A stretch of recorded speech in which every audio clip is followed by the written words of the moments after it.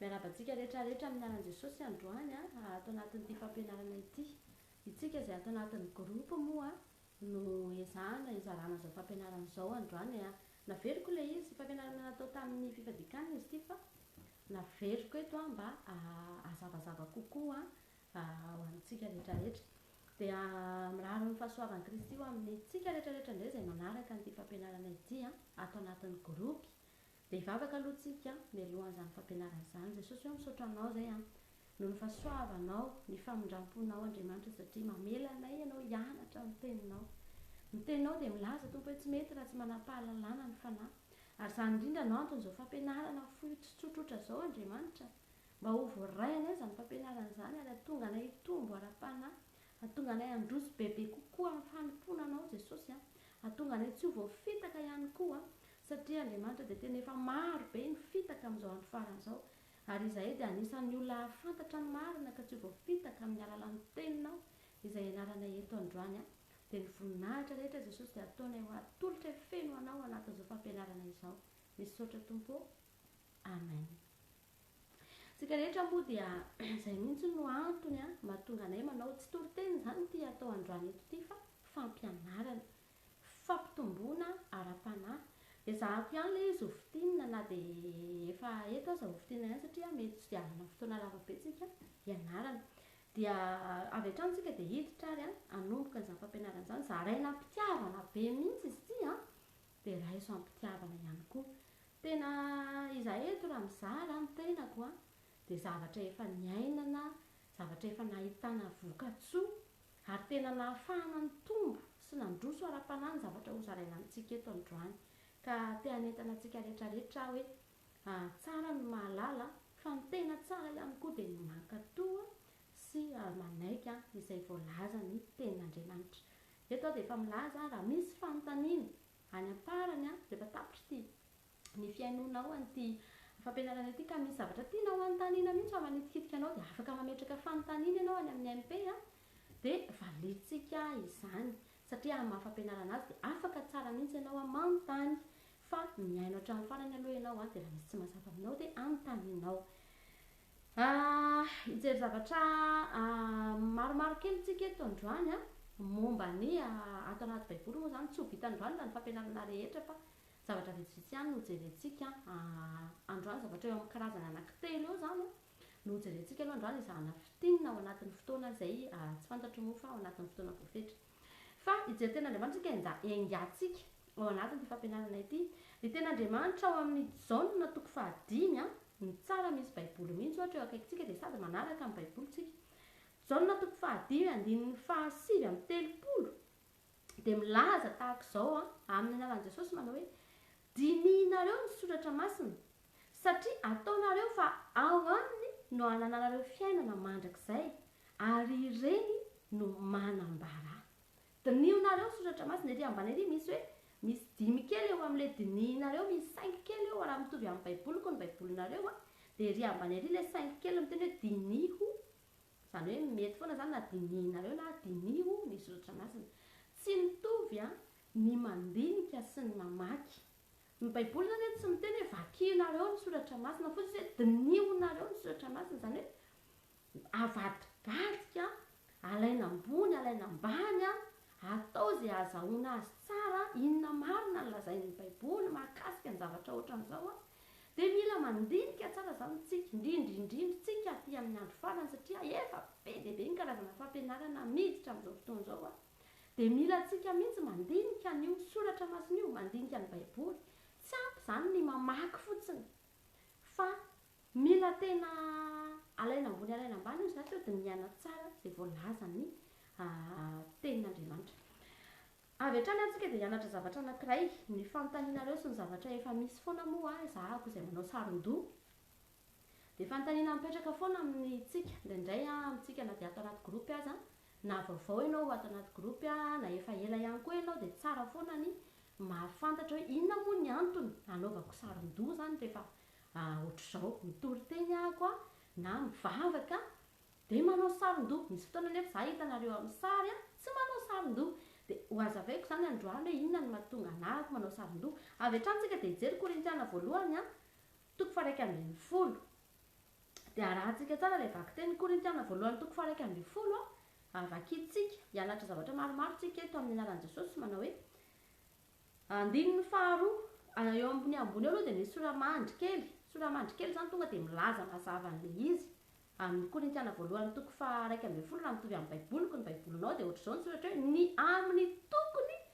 hisarona ny vehivavy loha ao am-piangonana. Dia andinina moa ny atao ao am-piangonana zany dia mivavaka na mitory teny na manambara sitrapon'Andriamanitra, zay zany no rehefa hoe ao am-piangonana zay zany dia zay no en public zany na hoe koa hoe tsika zao hoe efa ohatrany endrika fiangonana ihany satria tsika maro be ny manaraka n'ity fandarana ity dia zay zany no antony. Ka vakitsika zany andininy faharoa amin'ny anaran'i Jesosy manao hoe ary mideranareo aho satria mahatsiaro aho amin'ny zavatra rehetra ianareo sady mitana tsara ny fampianarana natolotra araka ny lanolorako azy taminareo. Paoly apôstôly zany eto no miteny. Ary tiako ho fantatrareo fa Kristy ny lohan'ny lehilahy rehetra, ary ny lehilahy kosa ny lohan'ny vehivavy, ary Andriamanitra ny lohan'ny Kristy. Eto zany dia misy hierarchie apetraky ny baiboly zany hoe Andriamanitra ny lohan'ny indrindra dia manarakaraka Kristy dia manarakaraka ny lehilahy dia ny vehivavy zany ohatrany hoe farany indrindra zany raha ohatra ka apetraka zany zay ohatrany hoe laharana izay. Dia andininy faha 4 ny lehilahy rehetra raha mivavaka na maminany ka ny saron-doha dia mahafa-boninahitra ny lohany. Iza ny lohan'ny lehilahy ozy izy teo Kristy ny lohan'ny lehilahy, ary iza ny lohan'ny Kristy Andriamanitra ny lohan'ny Kristy. Zao zany raha ohatra zany ka misy lehilahy misaron-doha rehefa mivavaka na koa mitory tenin'Andriamanitra dia ka manao misarona ny lohany na manao hoe ohatrany hoe karazana satroka na ohatra zany, dia reny zavatra reny zany dia tsy manome voninahitra an'Andriamanitra, zany hoe mahafa-boninahitra an'Andriamanitra i Kristy zany ny lohan'ny lehilahy. Dia mihetra zany ny voninahitra Kristy amin'ny fotoana ny lehilahy misarona ny lohany rehefa mivavaka na koa rehefa mitory tenin'Andriamanitra. Andininy faha 5 fa ny vehivavy rehetra kosa ozy izy raha mivavaka na maminany ka tsy misaron-doha dia mahafa-boninahitra ny lohany satria toy ny voaharatra izy. Zany hoe ny vehivavy zany raha ohatra indray ka mivavaka na mitory teny, atao hoe maminany dia mitory teny manambara tenin'Andriamanitra, zay mihitsy izy any amin'ny teny frantsay hoe milaza parole de Dieu izy milaza zavatra momba an'Andriamanitra zany, na koa mivavaka ka tsy misaron-doha mihitsy ny tenin'Andriamanitra eto dia mahafa-boninahitra ny lohany. Zany hoe voalohany indrindra zany aloha mahafa-boninahitra ny lehilahy izay lohan'ny vehivavy ary Kristy izay lohan'ny lehilahy, ary Andriamanitra izay lohan'ny Kristy. Zany hoe afa-boninahitra zany ny lehilahy rehetra raha ohatra ka tsy misaron-doha ny vehivavy. Dia andao hoe jerentsika hoe fa iza moa ny lehilahy. Andininy faha 5 teo ihany izy satria ozy izy toy ny voaharatra ny vehivavy. Raha ohatra zany ka misy vehivavy zany tsy misaron-doha rehefa mivavaka sy mitory teny dia ohatrany hoe voaharatra. Hitanareo aratana, samy mahalala ny atao hoe aratana isika rehetrarehetra, kakasana sy ny sisa. Ohatr'izay zany ny vehivavy tsy misaron-doha rehefa mivavaka. Zany hoe raha ohatra zany tsika ka tsy hanao saron-doha, afaka azo atao zany ny tsy misaron-doha rehefa mivavaka sy mamaky sy mitory teny. Fa amin'izay fotoan'izay kosa dia kakasana ny loha, aratana zany ny lohan'ny vehivavy dia azo atao ny tsy misaron-doha. Ndao nge vakitsika ilay toy any andininy faha 4 fa raha tsy misaron-doha ny vehivavy dia aoka ho hetezana izy, fa raha mahamenatra ny vehivavy no hetezana na no aratana dia aoka hisaron-doha izy.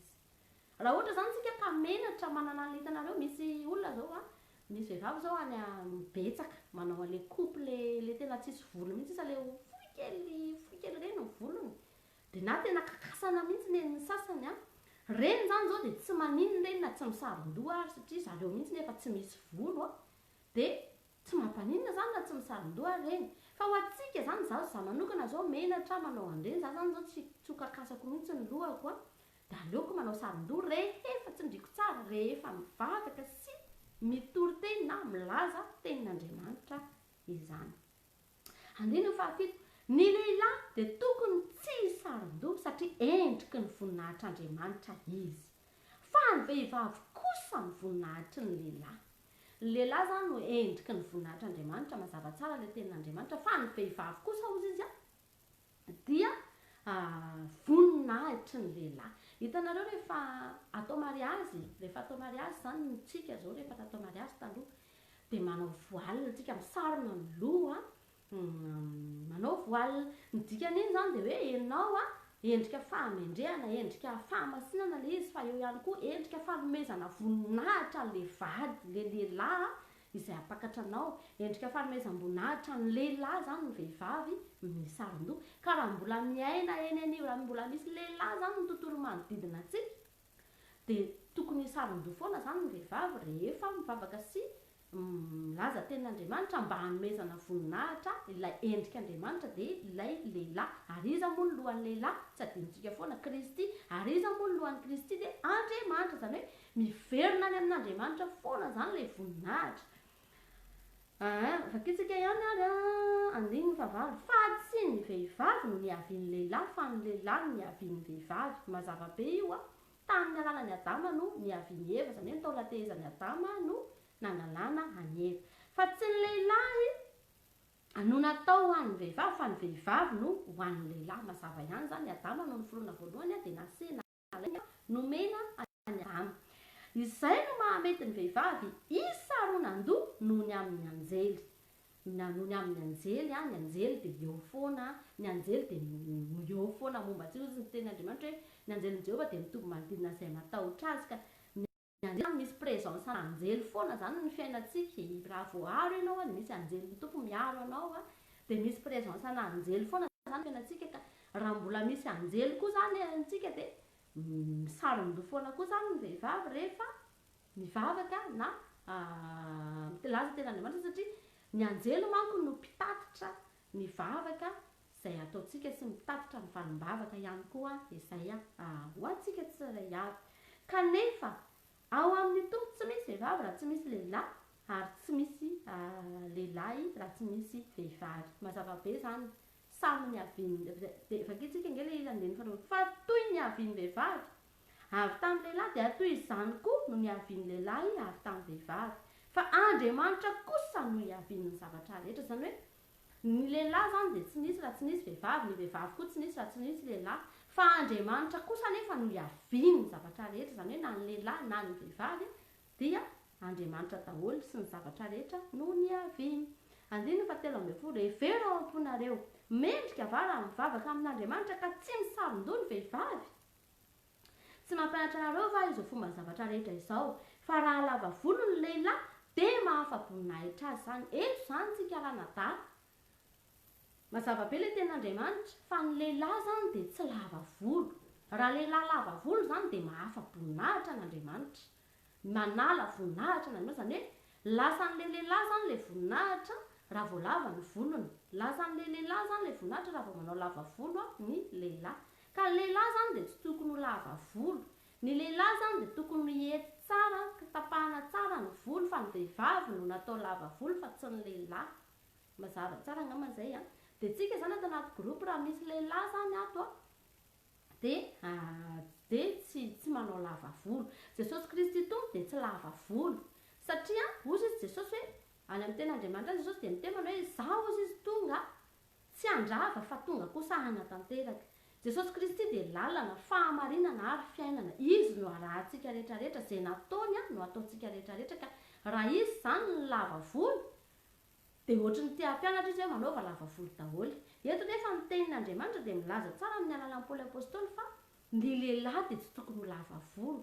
Dia mazava ho azy zany Jesosy zany dia tsy lava volo, satria Jesosy mampianatra antsika ny fiainan'i Jesosy ny anarantsika, ny zavatra ny ainan' Jesosy ny anarantsika. Noho izany zany Jesosy zany tsy lava volo be ohatran'ireny le hitantsika ireny le hoe lava volo ireny, satria izy dia lalana sy fahamarinana ary fiainana. Tamin'izy tetỳ ambonin'ny tany zany tsisy mihitsy ao anaty baiboly hoe izy dia lava volo fa mahatonga an'ireny le sarisary atao lava volo ireny ohatrany hoe resaka fandiniana fotsiny hoe ny jiosy taloha ohatra izao. Fa Jesosy zany tsy voasoratra ato mihitsy hoe lava volo zany Jesosy. Porofon'izany Paoly apôstôly hoe dia mananatra ny lehilahy rehetra tsy ho lava volo. Dia tsy mety zany ny manao lava volo satria mahafa-boninahitra an'Andriamanitra izany.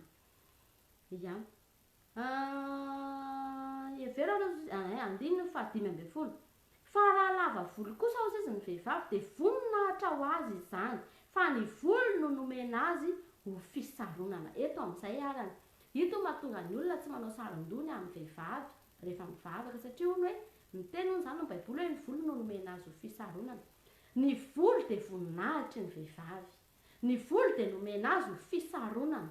Rehefa andavanandro izany tsika, rehefa tsy mivavaka sy tsy milaza ten'Andriamanitra sy tsy any am-piangonana dia tsy misaron-doha, fa iny volo iny kosa no nomena ho fisaronana, izany hoe mitafy voninahitra izany tsika rehefa eny an-dalana eny. Za zao rehefa mamonjy mariazy tsy misaron-doha, rehefa mandeha miantsena tsy misaron-doha, rehefa eny amin'ny fiainana andavanandro eny tsy misaron-doha, fa matoa zany za zay misaron-doha dia mivavaka zay na milaza tenin'Andriamanitra zay dia misaron-doha.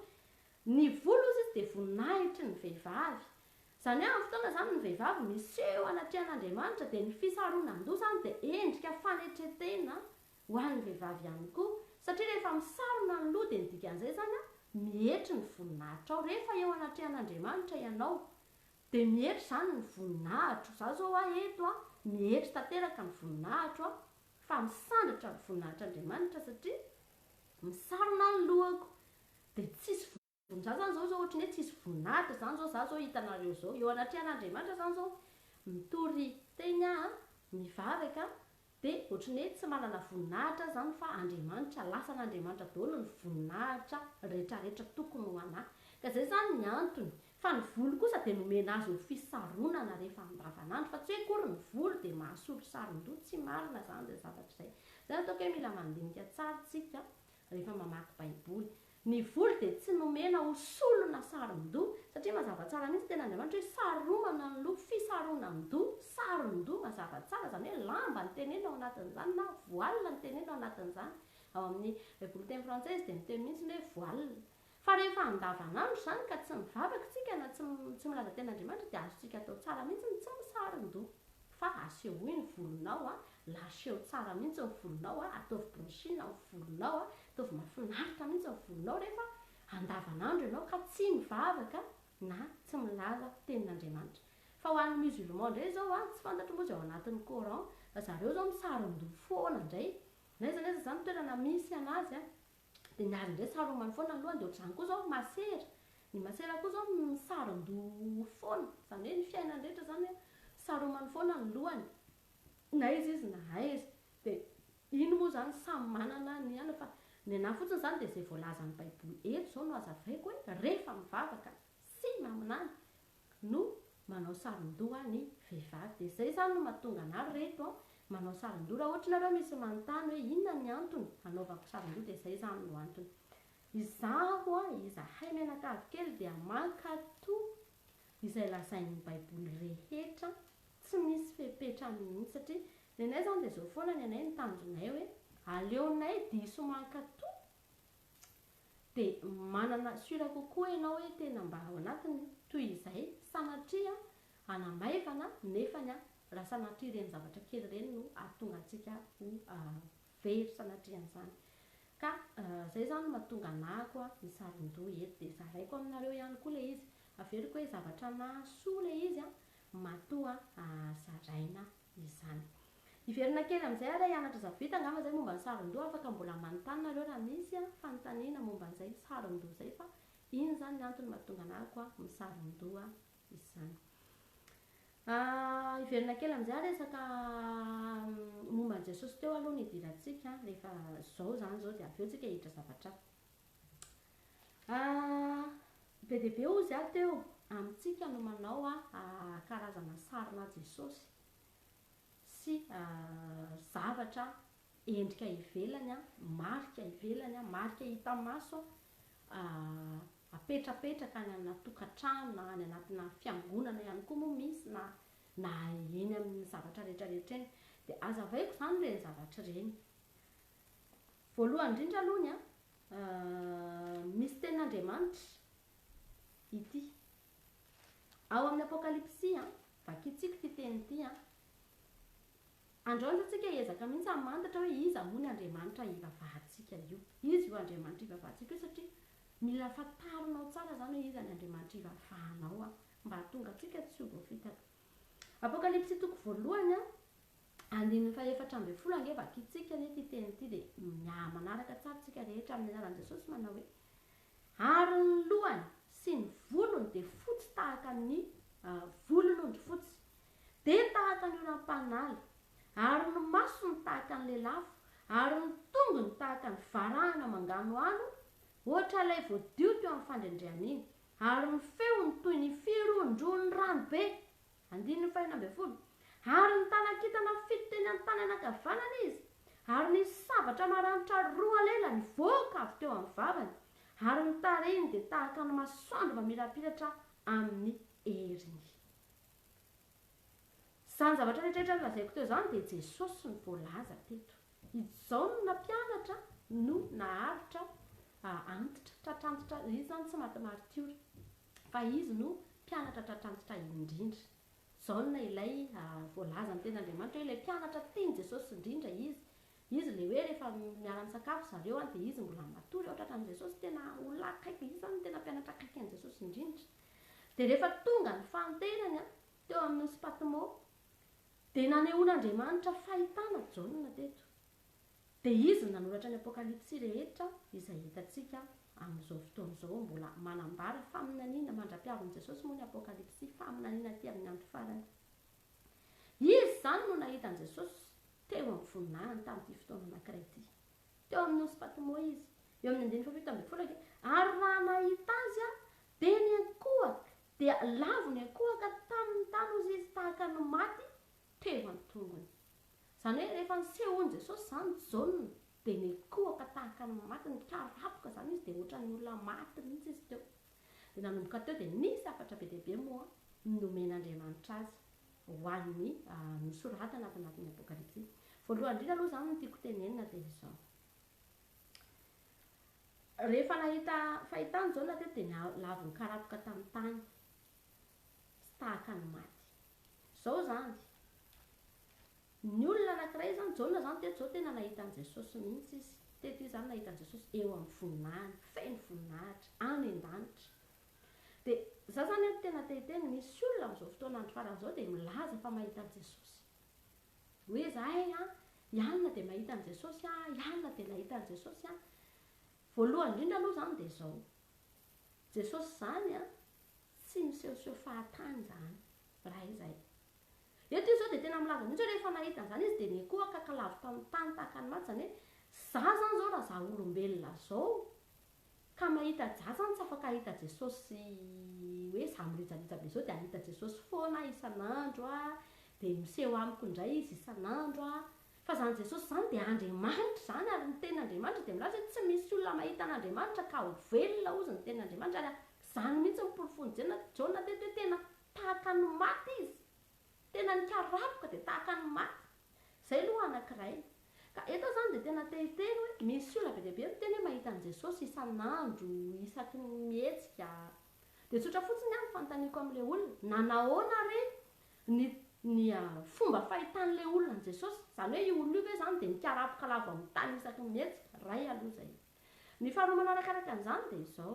Inona ny hafatra hoentin'ilay olona rehefa hoe milaza ilay olona fa nahita Jesosy. Teto zao Jaona dia ny karapoka izy nahita an' Jesosy izy. Dia ny zavatra nampitondraina Jesosy nampitondrain'Andriamanitra ny Jaona teto dia zavatra goavana be mihitsy zany hoe faminaniana ray manontolo ny amin'ny andro farany voarakitra tao anatin'ny apokalipsy. Zao zany tiako tenena Andriamanitra reto tsy misehoseho fahatany zany izy. Hoe hiteny aminao izy hoe ataovy ovy ny laokanao androany dia hiseho olo mihitsy ianao hiteny aminao hoe ovy atao laoka androany. Ohatra zany tiako tenena. Na ohatra hoe hiteny aminao izy hoe mihinana ianao salady rapitso. Fa sitrana ny aretinao raha mihinana salady ianao. Miala tsiny sady ataoko vazivazy ihany ilay izy. Dia hoe tena mila Jesosy miseho aminao mihitsy ianao zany hiteny hoe mihinana ianao salady. Zavatra tsy dia tena ngeza zany. Fa Andriamanitra rehefa miseho zany Andriamanitra zao miseho tamin'ndry Isaia. Dia ohatr'izany mihitsy koa lavo ny karapoka tamin'ny tany izy. Ry Paoly apôstôly vao nifanena tamin'i Jesosy tonga dia jamba dia ny karapoka tamin'ny tany jamba rahandritry ny 3 andro Paoly apôstôly.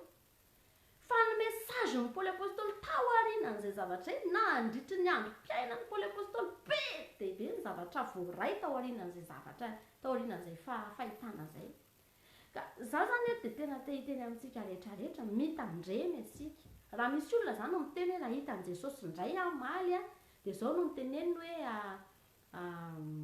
minana ononareo zao na hoe manaova ononareo an'ity jereo zany hoe inona le mesazy manahoana le zavatra tonga ary raha isaky ny mihetsika zany koa paoly apôstôly tsy isaky ny mihetsika zany isehoan' jesosy zany foana fa indray mandeha teo amin'ny fiainana izy no ny fanena tamin' jesosy dia nikarapoka dia jano dia tao aorianan'izay am'izay tsy nisy tsony hoe indray izy fa mbola nifanena tamin' jesosy indray dia niseho tamindray jesosy dia hita teo misy fotoana paoly apôstôly tena isehoana fahagagana amin'ny alalana hoe tany amponjy izy dia niroro ny efitrano dia tapaka ny gadra fa tsy nisy tsony hoe jesosy niseho vatana fanondrono mihitsy indray teo dia ohatr'izay zany tiako tenena mila mitandrina tsika amin'izao andro faran'izao satria be dia be ny olona milaza fa na iza aloha tsy mbola nahita an' jesosy zany a mbola ahita azy a ndray andro any rehefa hoany ako tsy azony amin'irao any lanitra dia ahita azy ny maso rehetra ozy izy ny ten'Andriamanitra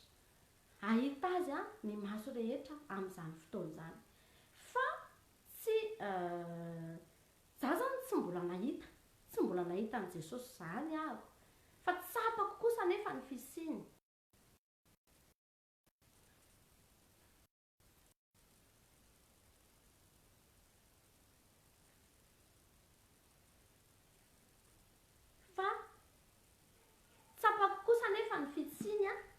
eo amin'ny fiainako hitako ny fisiny eo amin'ny fiainako Andriamanitra dia tahaka ny rivotra tsy tamaso fa ny fisiny eo amin'ny fiainako no hitako ahafantarako fa misy izy ahatsapako fa misy izy reko izy atao anaty katrena tena misy izy ary tena tsapako ny fiasany fa za tsy mbola nahita an' jesosy zany ary za koa tsy dia maniry an'izany fa za fotsiny rehefa hoavy ny taona dia tena ahita azy amiana azy hitomany eo atongony amin'izany fotoana zany efa ranomasom-pifaliana no hitomaniko eo atongony tena hoe hitako ihany ianao jesosy fa aza manaiky fitahana tsika rehetrarehetra hoe nahita an' jesosy olona mandehandeha mirijarija be isan'andro eny dia hoe nahita an' jesosy isan'andro zao Andriamanitra tsy misehoseho amin'ny zavatra tsy sao dia mba efa jesosy santoko zany misehoseho an'izany fa za aloha tsy dia mino an'izany fa ato anaty baiboly voasoratra mihitsy hoe zay rehetra nisehoan'Andriamanitra dia nisy zavatra goavana be foana tao aorianan'izay ka mila mitandrina zany tsika amin'izay ray izay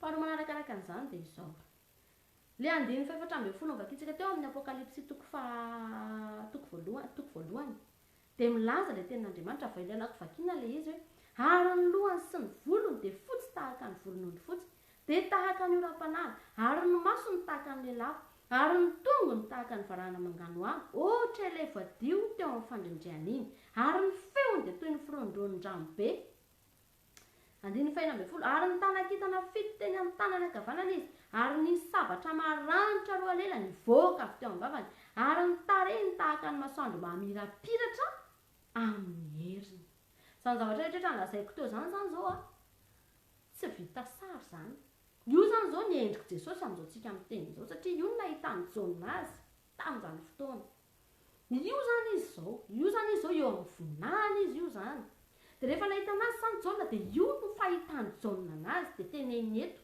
jaonina izay tena nahita azy tena izy dia miteny izy hoe masony tahaka ny lelafo ny vavany misy sabatra roa mivoaka feony rondrona tahaka ny ranobe sy ny matarehany dia tahaka ny masoandro mamirapiratra za zany hoe tena tehiteny amintsika voalohany indrindra aloha tsy azo atao sary reto zany zavatra zany tsika zany izay anaovana sary an'izany mamoahy ianao sarin'olona dia ataovy sary zany raha vitanao mamoaka azy raha vitantsika zany ny mamoaka azy dia afaka mamoaka sary mihitsy isika afaka mamoaka an'ilay sary hoe ohatry ny ahoanaka izany sarin'i jesosy zany ohatry ny ahoanaka izany fomba fidécriven'ny jaonina izany